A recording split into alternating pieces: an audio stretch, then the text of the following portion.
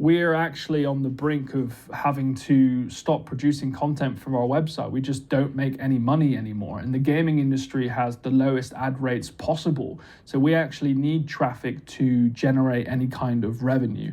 There's a lot of opinions I have about it. I generally think Google is becoming an unfair place, and they're not giving any spotlight or a voice to those that are actually creating better and fun, enjoyable websites with genuinely experienced and human written content. They are having a bias towards those that want to spend money, and they have a bias to please their shareholders, which means websites like us won't be around for much longer.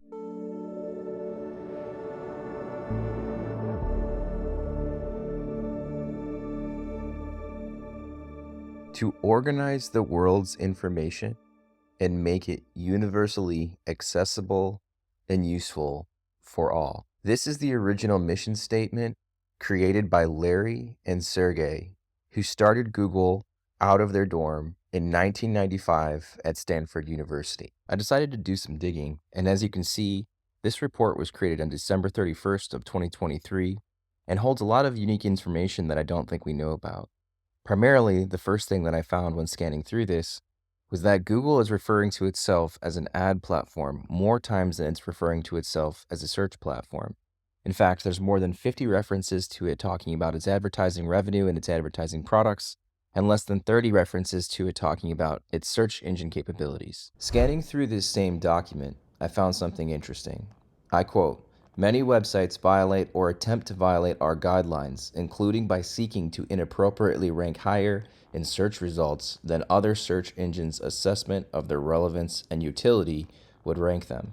Such efforts have affected and may continue to affect the quality of content on our platforms and lead them to display false, misleading, or undesirable content." On page 17, we can see an additional quote. It says, "Problematic content on our platforms, including low-quality, user-generated content, web spam, content farms, and other violations of our guidelines could affect the quality of our services, which could cause harm to our reputation and deter our current and potential users from using our products and services." In 2010, Google's advertising revenue was $28 billion.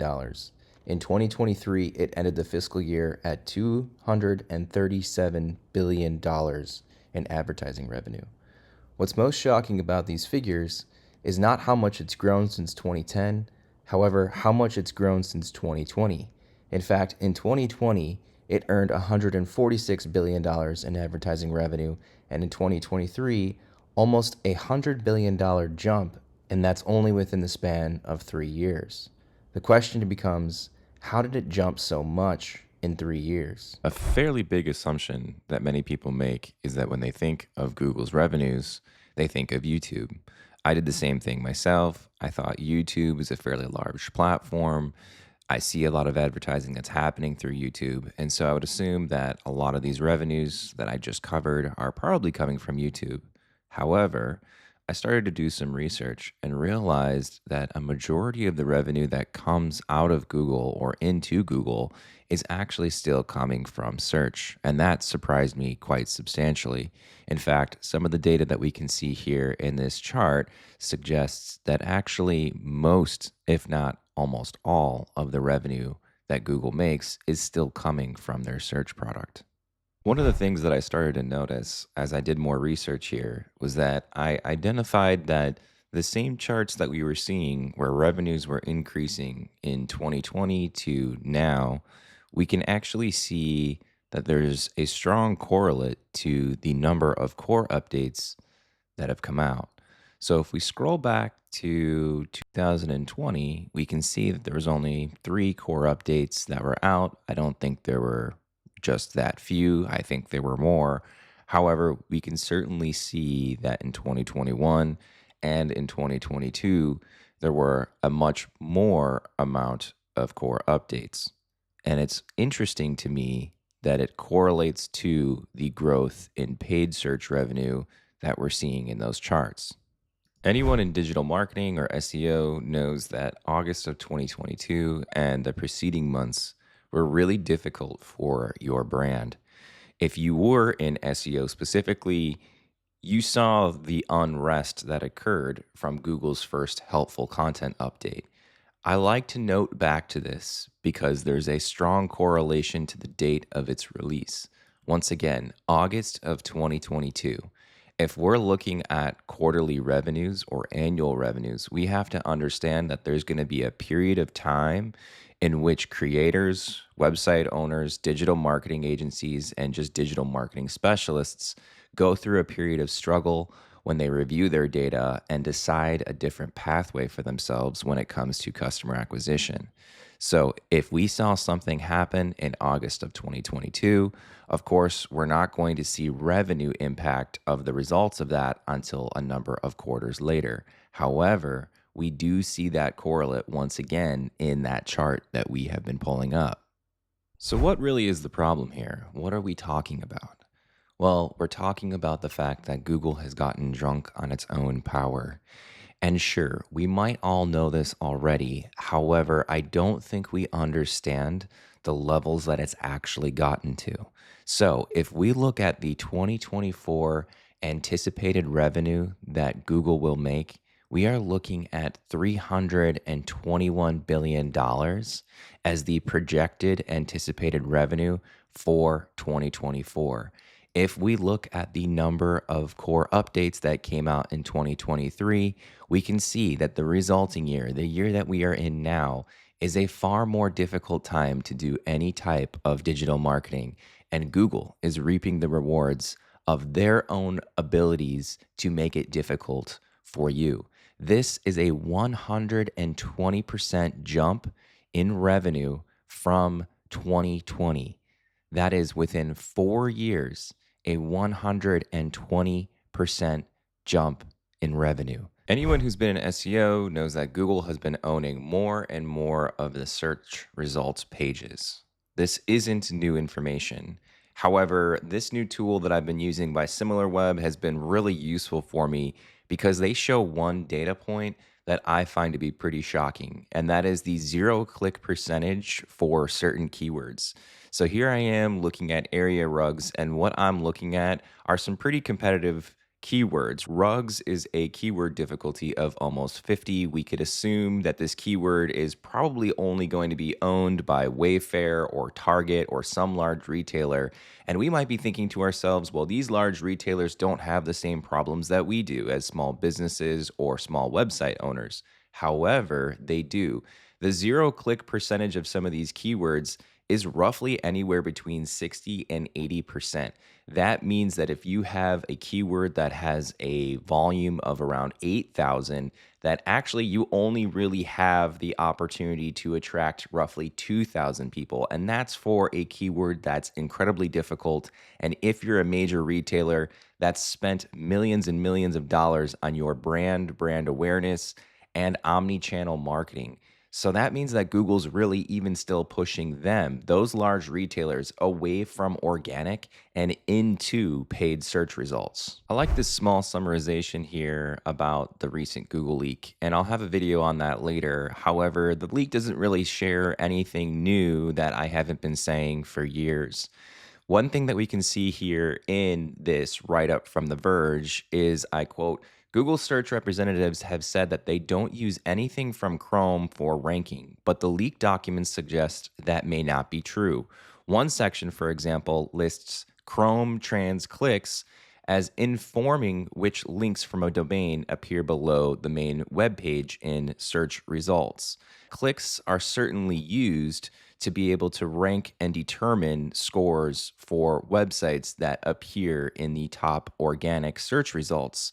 However, as we just discussed, if there are 60 to 80% of zero click presence that is in the SERPs, how are websites ever going to succeed? So if you're not picking up on this already, essentially Google is using its core updates as an excuse for it to embed more opportunities for it to roll out revenue generating search results for Google itself. So, the longer that you see that a search update is rolling out, the greater chance that there is that its revenues will increase in the following quarters. In fact, as I've been showing you throughout this entire video, there is a pretty strong correlation to that. And we just went through one in March. There is no single place for you to see new sponsored or paid search results as a tracker, much like we see with the core updates that come out. So let's see what changed with our experience inside of Google when we say, "What should I feed my dog?" We see a large sponsored ad, and 45 days later, almost 60 days later into our March quote unquote core update, we see AI overviews now appearing in search results for more people.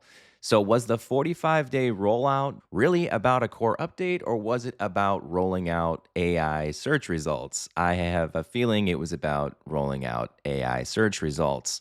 And so you can see a far larger amount of Google owned search results and snippets.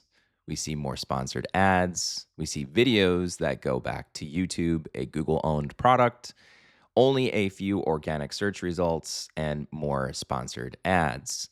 Is this the end of SEO? Is everyone right? Are all these YouTubers correct? Is SEO dead? No.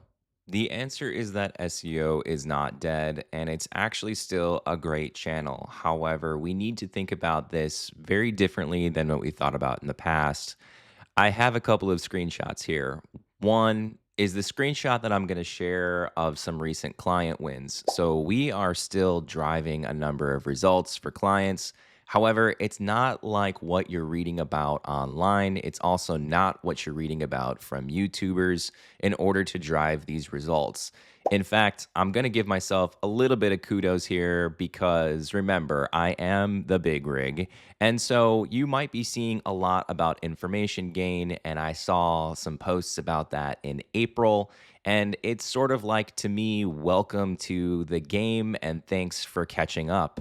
Because now information gain, as it being something I've talked about for almost 3 years, is something that people are talking about and adding into the discussion as though it's something brand new. So, where you are seeing the history of SEO is not the future of where it is going if you're trying to get your brand some presence on these SERPs.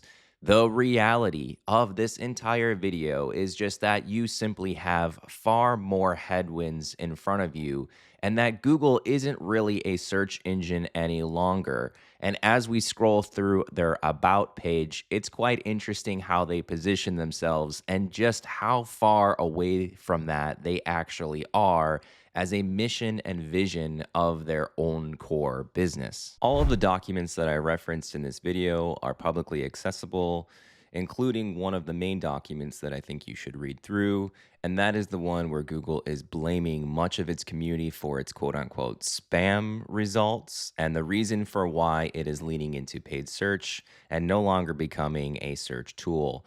And that is the investor reports. You can find this through Google itself. However, it is more difficult to discover. You should read it. It's very informative. And I am just giving you the breadcrumbs here and the clues as to what to look into and what the future looks like. Now, I have not posted a video in quite some time, and it is because I am sitting at the sidelines awaiting the changes that are coming and awaiting what the community is going to be talking about. I am a little bit sick once more of all of the things that are being told and being misrepresented. I now have a video schedule coming up that will share a lot more of the tactical ways to grow your business. If you've made it this far, yes, I do offer SEO services, and I actually have a 90% hit rate for the businesses that I work with. That means 90% of the businesses that I work with all experience growth of their business through leads, revenue, whatever the core KPI is that they are tracking through SEO as a channel. No one else can say that, and that's just simply because they don't understand search. All you have to do is have been around long enough to see what's changing and what percentages of these rank adjustments are changing. Watch my videos if you want to. It will describe more about this, and I will have more videos in the near future. Thank you for watching. Please like, subscribe, and do all of those fun things that YouTube likes. I appreciate you, community, and I love you. Thank you.